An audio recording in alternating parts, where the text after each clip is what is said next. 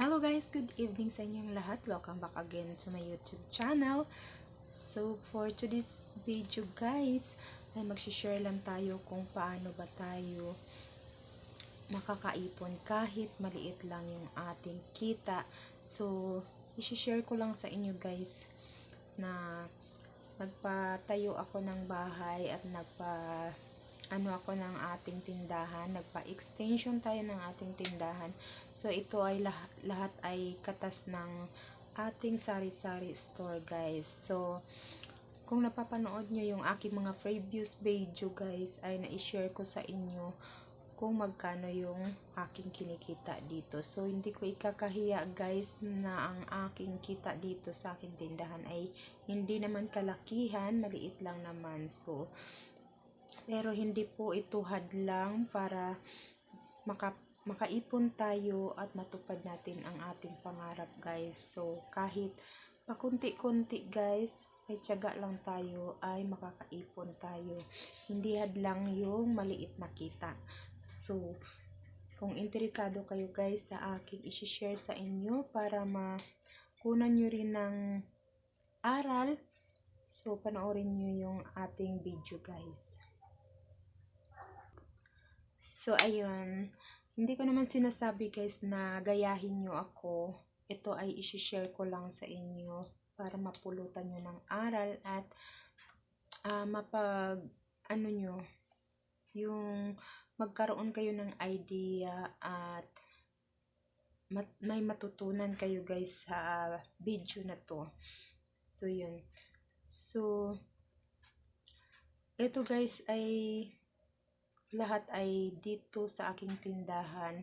Ipon ko sa aking tindahan kasi wala naman akong ibang income, wala akong ibang kita. So dito ko lahat kinukuha yung aming gastusin sa araw-araw guys sa tindahan.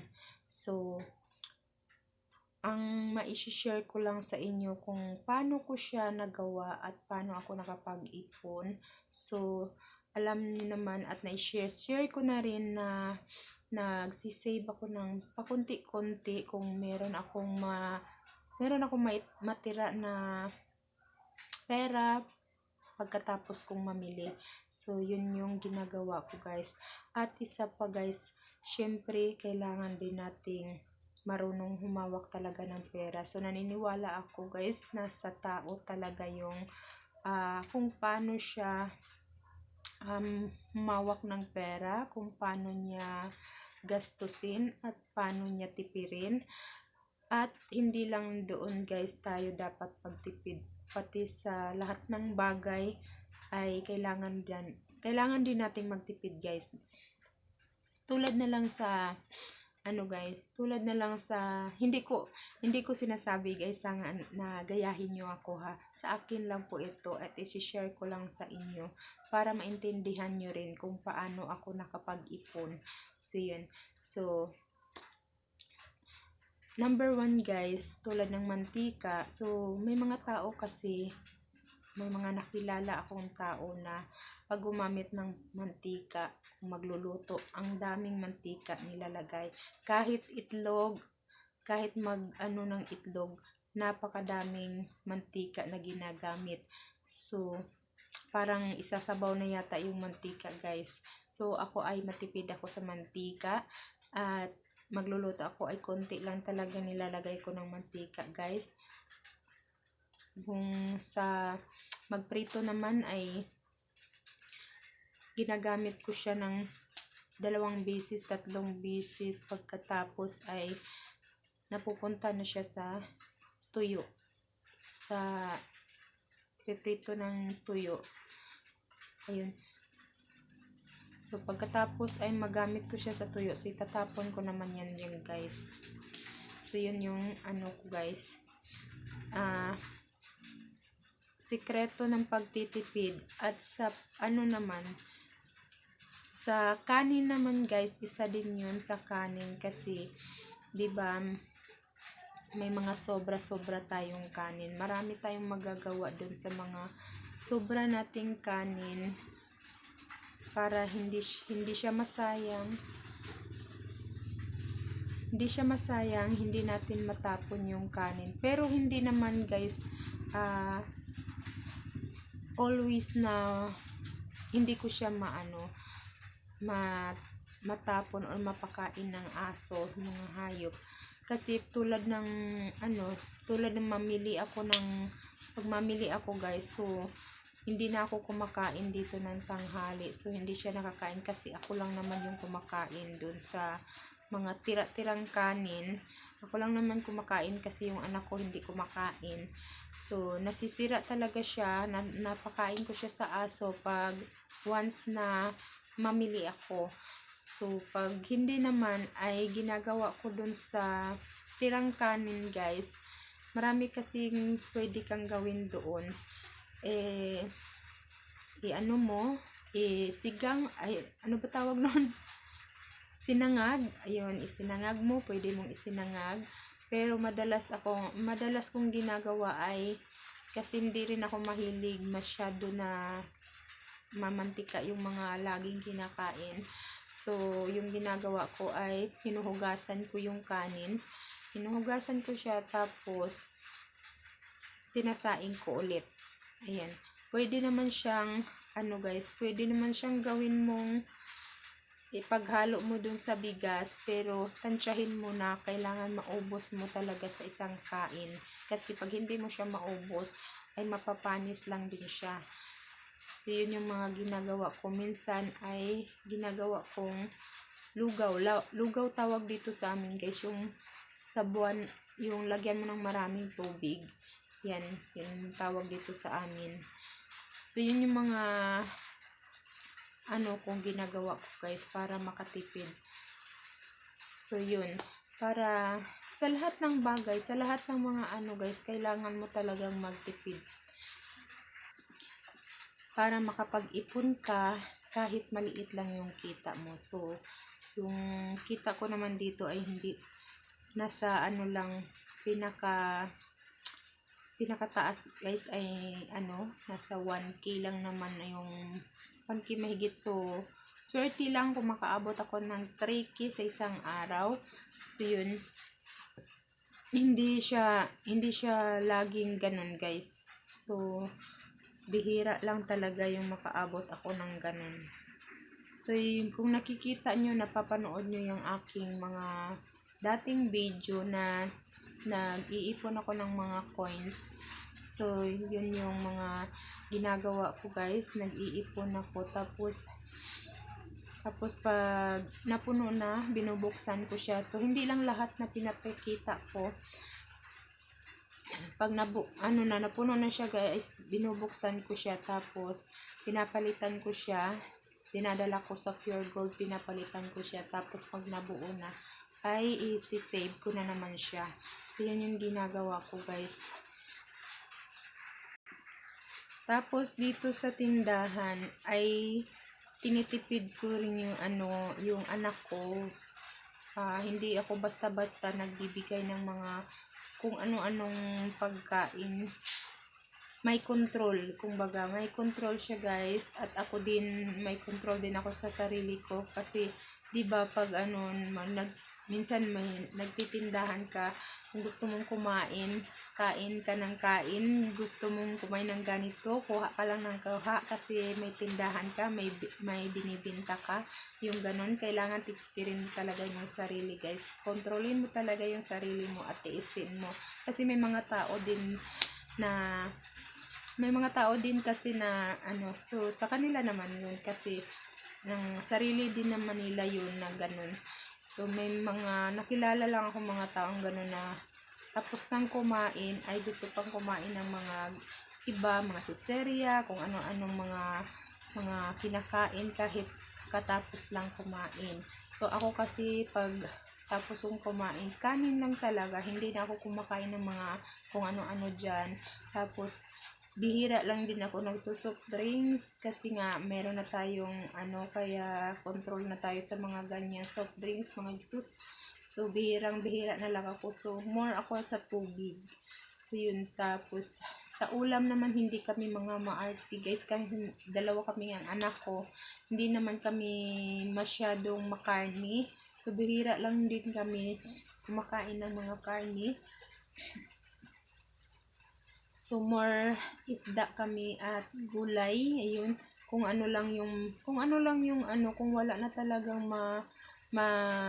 maulam. So, ayan, mga dilata, mga noodles, yun yung mga pero bihira lang naman. So, lagi akong ng gulay talaga, guys. Yun, gulay, isda, ganun. So, yung mga karni, bihira lang. So, minsan bumibili ako ng luto na para, kasi minsan tinatamad na akong magluto. So, bumibili na ako na naluto na siya.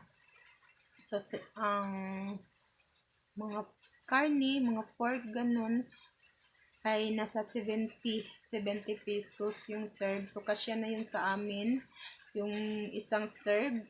At, nasa, tapos 20 pesos na gulay, yung ganun.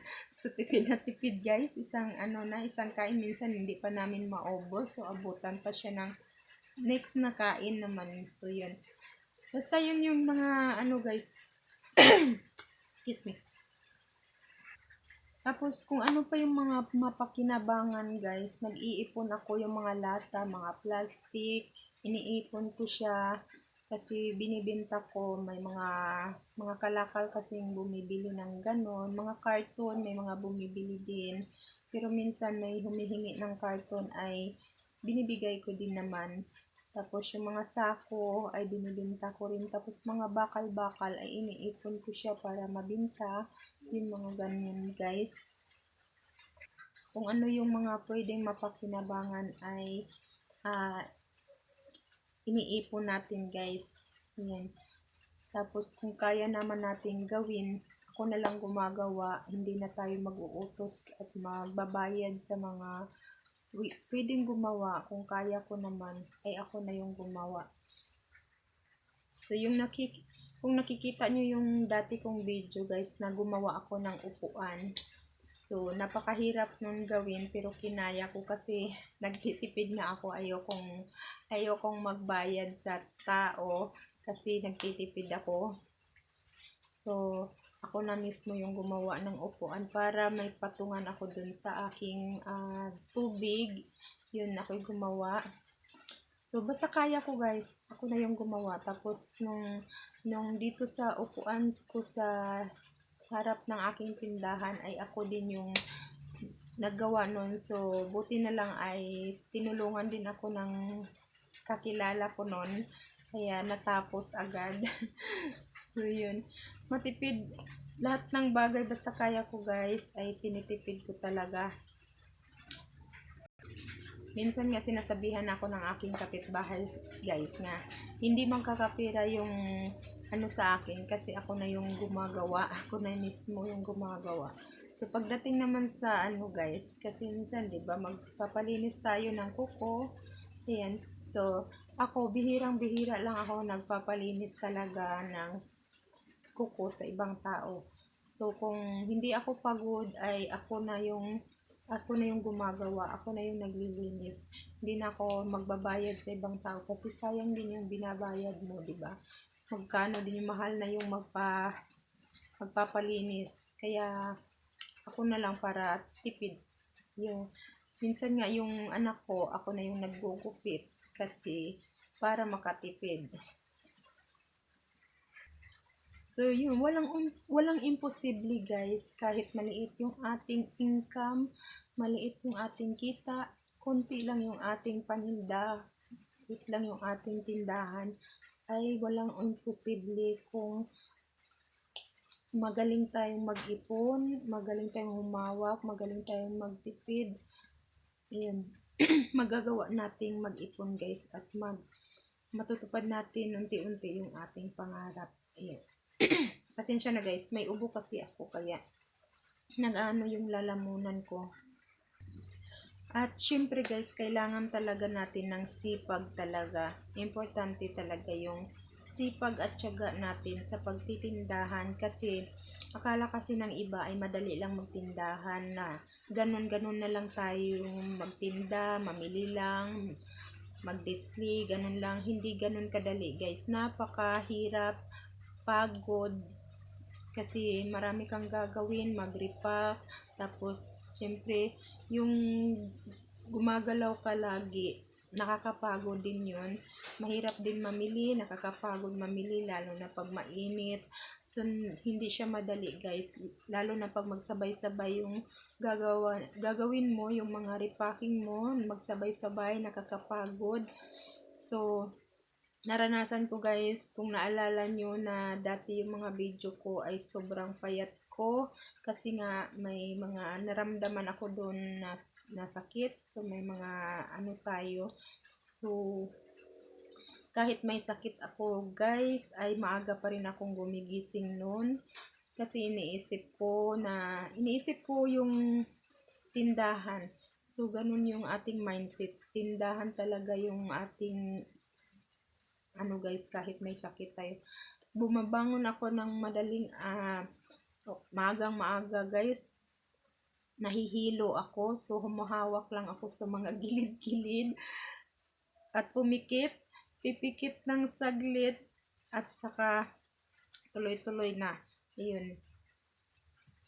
Tapos kahit may sakit ako, may lagnat ako, nagtitinda pa rin ako. Ayun. Ganun guys, ganun kahirap. Ganun ka hirap mag tindahan, hindi madali. Kung baliwalain mo lang yung tindahan, wala kang maaabot. So napagkamalan na nga ako guys na meron akong foreigner, kasi nga nakapagpatayo ako ng bahay. So natatawa lang ako sa kanila. So yun, hinahayaan ko na lang. So yun yung ano nila, iniisip nila. So ayun, ano na ako, sikat na ako dito. Sikat na ako dito sa amin. Grabe. So yun guys, sana mapulutan nyo ng aral at maingganyo kayo na mag-ipon at magsipag. Sa laban lang talaga. Kahit hindi malaki yung ating kita sa araw-araw, pwede pa rin tayong makapag-ipon guys. So walang imposible, basta sipag lang tayo, magsipag lang tayo. Kailangan lang natin talagang sipagan at syempre tiwala sa Panginoon. So yun lang guys, hanggang dito lang muna yung aking maishishare sa inyo. Maraming salamat, bye bye.